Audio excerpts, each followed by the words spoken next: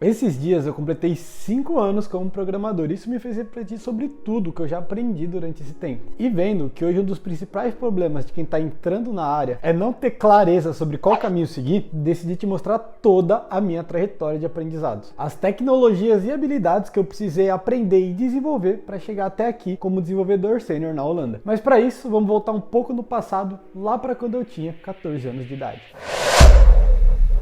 Então ali para 2014, quando eu estava com volta de 14 a 15 anos, eu comecei a ter um contato com a programação através do Minecraft. Naquela época eu criei meu próprio servidor e para isso eu tive que começar a aprender sobre servidores e Java. Eu aprendi o básico de Java, mas não de fato a programar, eu nem sabia direito lógica de programação. Até tentei fazer um curso na época que eu achei bem difícil, não fui muito a fundo, só que eu sabia mais ou menos ali mudar algumas coisas e o efeito que aquilo ia causar. E fazendo isso eu conseguia ter as alterações que eu queria no meu servidor de Minecraft. E para subir essas alterações eu também precisava entender de servidor, para que eu conseguisse que esse meu novo código fosse parar na mão dos meus clientes, né, das pessoas que jogavam no meu servidor. Então esses foram meus principais aprendizados na época ali, entendeu mais um pouquinho do que era esse mundo. Tentei aprender a lógica, mas achei difícil, não fui a fundo na época. E voltei pro meu sonho de ser jogador de futebol. Afinal, eu só estava aprendendo aquilo para fazer o meu servidor. E não porque eu queria ser um programador. Nem pensava nisso. E aí a gente já avança aí 4 anos ali para 2017, 2018, onde eu estava começando já a pensar em de fato virar um programador.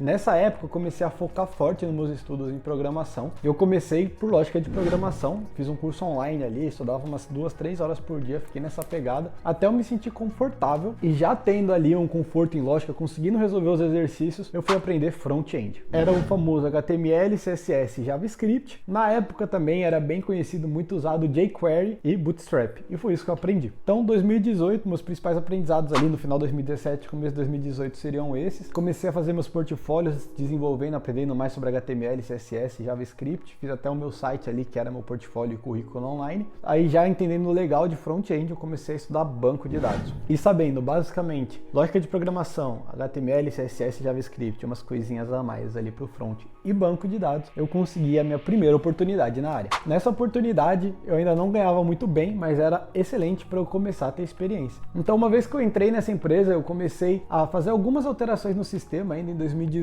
e escrever relatórios de bancos de dados para os clientes. Então eu desenvolvi muito essa questão de falar com o cliente também e SQL, a escrita da linguagem mesmo, né, para fazer os relatórios. E eu comecei a conhecer o C#, que era a linguagem principal que a gente utilizava naquele sistema, com ASP.NET. Não deu ali um mês que eu estava nessa empresa, eu já comecei um curso de ASP.NET MVC, na época, com C#, e eu fazia todo dia à noite. Então era um curso que era presencial, eu saía da minha empresa, que era em Pinheiros, quem é de São Paulo sabe, e ali mais ou menos 1 hora até o curso. E o curso eu acho que ele tinha uma duração de 3 a 4 horas por dia. Durava uns 2 meses, de segunda a sexta, com foco em ASP.NET MVC. E aí com o avanço do curso, consegui pegando mais tarefas, fui aprendendo mais sobre ASP.NET dentro da empresa mesmo. Ali eu aprendi também como que era o ciclo de desenvolvimento de um sistema de verdade. E pouco tempo depois ali, pro final de 2018, eu consegui o meu segundo emprego, que eu conciliava com esse primeiro. Então esse segundo eu trabalhava à noite e nos finais de semana, e nele eu também trabalhava com ASP.NET, né, usando o C#, o ASP.NET MVC, então também fazia front-end, ali eu já era full stack, e foi bem bacana também, ali eu de fato aprendi a me virar, porque era a primeira vez que eu tinha trabalhado remoto, eu não tinha um dev ali do meu lado, então eu tinha que desenrolar, eu trabalhava em horários alternativos, por já ter um outro trampo também. Então nesse outro trabalho, meus principais aprendizados foram se virar para conseguir resolver tarefas. Eu também conheci sobre o DynamoDB, foi a primeira vez que eu conheci sobre bancos não relacionais. E, obviamente, especializei no que eu já fazia no meu primeiro trabalho. Então, o dia inteiro ali eu estava mexendo com HTML, CSS, JavaScript,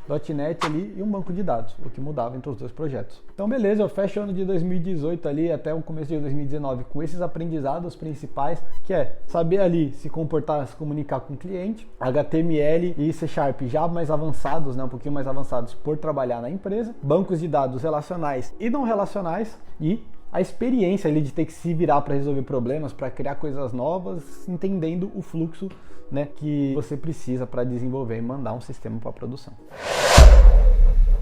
2019 eu diria que é o ano em que financeiramente as coisas melhoram muito, porque aí eu fui para um emprego que me pagava a mesma coisa que eu ganhava nos dois juntos, então pude focar nele e voltar a estudar. E também foi o ano que antes do final do ano eu fui promovido para pleno, ali para junho na real. Em 2019, se eu fosse resumir meus principais aprendizados, né, eu passei por mais 2 empresas, trabalhei em uma, saí e comecei em outra que eu fui ficar até 2020, mas meus principais aprendizados de 2019, técnicos e não técnicos, seriam: eu aprendi mais sobre C# para back-end, como linguagem de programação, conheci outros bancos de dados também, como o Redis, MongoDB, Cassandra, trabalhando nesses projetos diferentes, e aprendi, em 2019, eu comecei a entender e aprender a forma certa de fazer as coisas. Então eu comecei a estudar um pouquinho mais sobre arquitetura, código limpo, esse tipo de tópicos que eu passei do estágio de 2018, que eu aprendi a me virar e entregar o que precisava, para como que é a melhor forma de eu fazer isso aqui. Tanto pensando em performance, mas principalmente pensando em quem vai pegar esse código amanhã, que pode ser eu, pode ser um colega, pensando ali em reutilizar código, né, não ficar com código duplicado, boas práticas de codificação, uma arquitetura ali de componentes também que não tenha uma dependência que vá atrapalhar no futuro. Enfim, em 2019 eu comecei já a focar nessas coisas e pegar muita experiência trabalhando nos projetos, entendendo como esses projetos estavam funcionando. Por conhecer mais tecnologias envolvidas, né, que nesses bancos que eu falei, eu comecei também ali a entender mais sobre o desenvolvimento e abrir o meu leque de ferramentas que eu podia utilizar. Bom, 2019 foi isso, eu fui construindo cada vez mais essa base, já como pleno, entendendo ali, fazendo entregas mais relevantes, pegando funcionalidades mais relevantes para trabalhar, conseguindo resolver bugs mais complexos por conta dessas tecnologias que eu aprendi novas. E por me aprofundar nas tecnologias que eu comecei, né, que seria tanto as de front, mas principalmente o C#,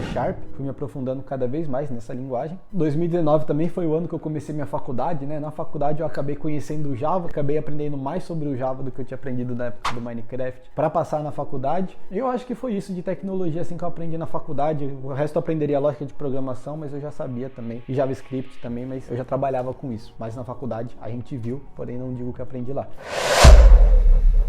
2020 aí foi o ano que a grana começou a entrar forte. Foi ali antes da metade de 2020 eu consegui minha primeira oportunidade como sênior. E aí eu também comecei a aprender muito mais sobre escalabilidade de sistemas. Fui apresentado ali na prática, né? Era algo que eu já estudava, mas na prática em como funcionavam sistemas distribuídos, uma arquitetura de microserviços. Então eu comecei a pegar muito forte nesses tópicos, também continuando me preocupando com a arquitetura e reusabilidade do código. A gente usava muito práticas do DDD, que foi um tema que eu me aprofundei muito em 2020. Então, em 2020 foi o ano ali que aprendizados técnicos principais que eu tive foram relacionados à arquitetura, tanto em questão de arquiteturas pensando em escalabilidade, containerização das nossas soluções do back-end, como que funciona uma arquitetura de microserviços, quanto também pensando na reusabilidade do código. Nessa época eu também aprendi muito mais sobre computação em nuvem, sobre cloud, eu usava bastante AWS, e do lado menos técnico ali, mais soft skills, vamos dizer assim, eu comecei a aprender mais sobre gestão. Foi a primeira vez em que eu comecei a ter desenvolvedores mais júniores ali, né, desenvolvedores júniores e pleno na equipe, em que eu deveria ajudar eles a se desenvolver na carreira, né, e a resolver os problemas que eles tinham. Então, muitas vezes, por já conhecer, depois de um tempo, mais sobre aqueles sistemas, os devs novos que entravam, eu acabava ali guiando, explicando como funcionava aquele sistema, ajudando em bugs mais complexos que eles ainda não conseguiam resolver, e ajudando ali como um guia também, do tipo, ó, tem essas ferramentas que a gente também usa aqui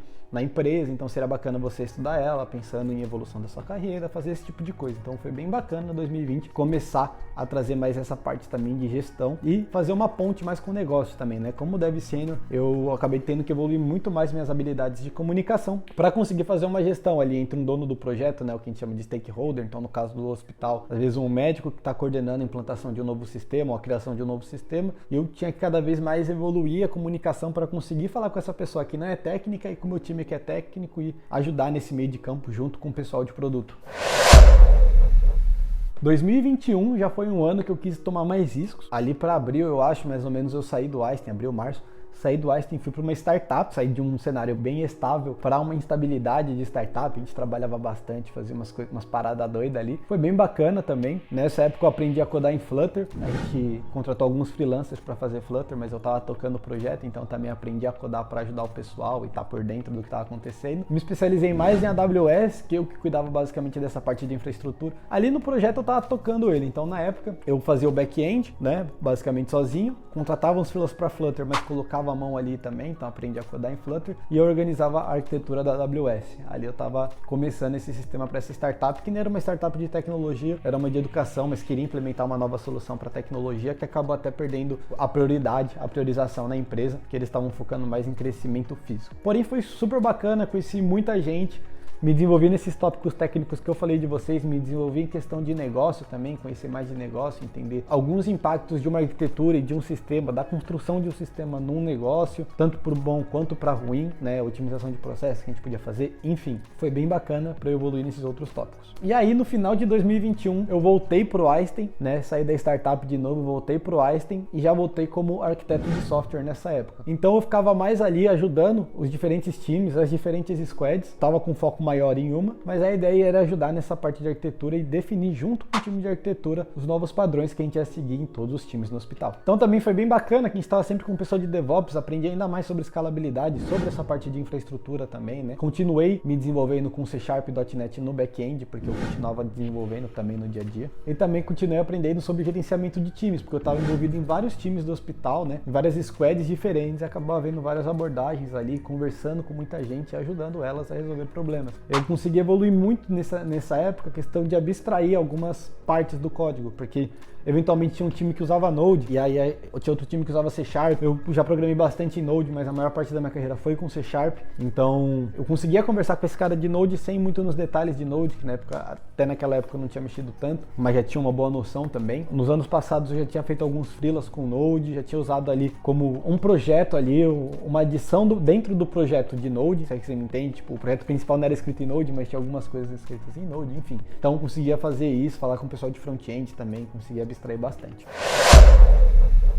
E 2022 foi o ano que eu vim para Holanda aqui também, né? E aí eu voltei a trabalhar como full stack. Então, em 2022 eu voltei a retomar algumas coisas de HTML, CSS, JavaScript que estavam um pouco enferrujada, mas até que não tanto HTML, CSS, JavaScript ainda continuava vendo no dia a dia, mas tive que retomar e aprender muita coisa sobre React, que hoje eu trabalho como full stack com C# no back-end e React no front-end. E a gente trabalha num ambiente de microserviços, então tudo que eu tinha aprendido ali, principalmente no Einstein, me ajudou muito e me ajuda muito no meu dia a dia hoje, mas o meu principal aprendizado de 2022 seria evoluir nessas questões de arquitetura, front-end, né, que eu tive que pegar bem pesado depois que eu mudei para Holanda, que já foi ali pro final do ano, e também vários aprendizados na questão pessoal, de se virar. Eu já morava sozinho, mas agora em outro país, então toda essa questão de se virar num país novo faz você amadurecer bastante, faz você refletir sobre várias questões pessoais, inclusive, e de carreira, enfim. Então foi um ano onde tecnicamente eu evoluí na parte de arquitetura, porque eu fiquei bastante tempo no Einstein, evoluí na parte de gestão também, aprendi bastante sobre front-end, né? Voltei a especializar um pouco mais em front-end. Evolui bastante nessa parte pessoal, eu diria, 2022.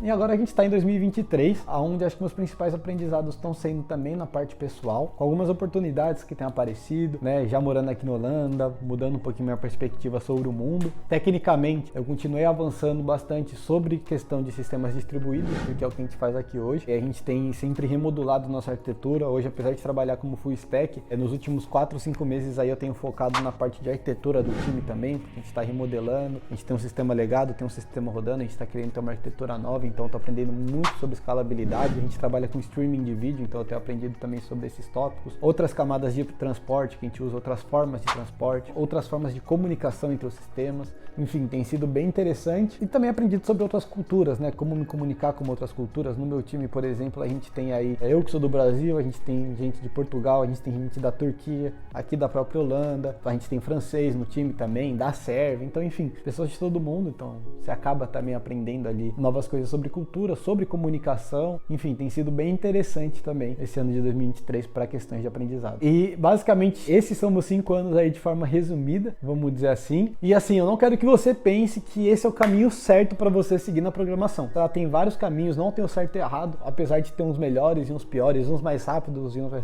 demorados. E eu imagino a indecisão que você tem aí, a confusão que você tem nesse momento. Então, por isso, eu lancei um curso gratuito, né, que já está disponível, tem aí alguns meses, e você pode acessar ele em dodev.com.br/grátis. O link vai estar aqui e na descrição também. Dá uma olhadinha que tem toda uma parte ali sobre a carreira de tecnologia e o último módulo já prático para você colocar ali sua mão na massa, entender se é isso que você realmente quer antes de comprar um curso ali de repente ou entrar numa faculdade e assumir um compromisso a mais longo prazo. Se você curtiu esse vídeo, não deixa de clicar no like aqui embaixo, deixar o seu comentário também sobre o que você achou, se inscrever no canal para acompanhar os próximos vídeos e me seguir também lá no Insta @dev.gil.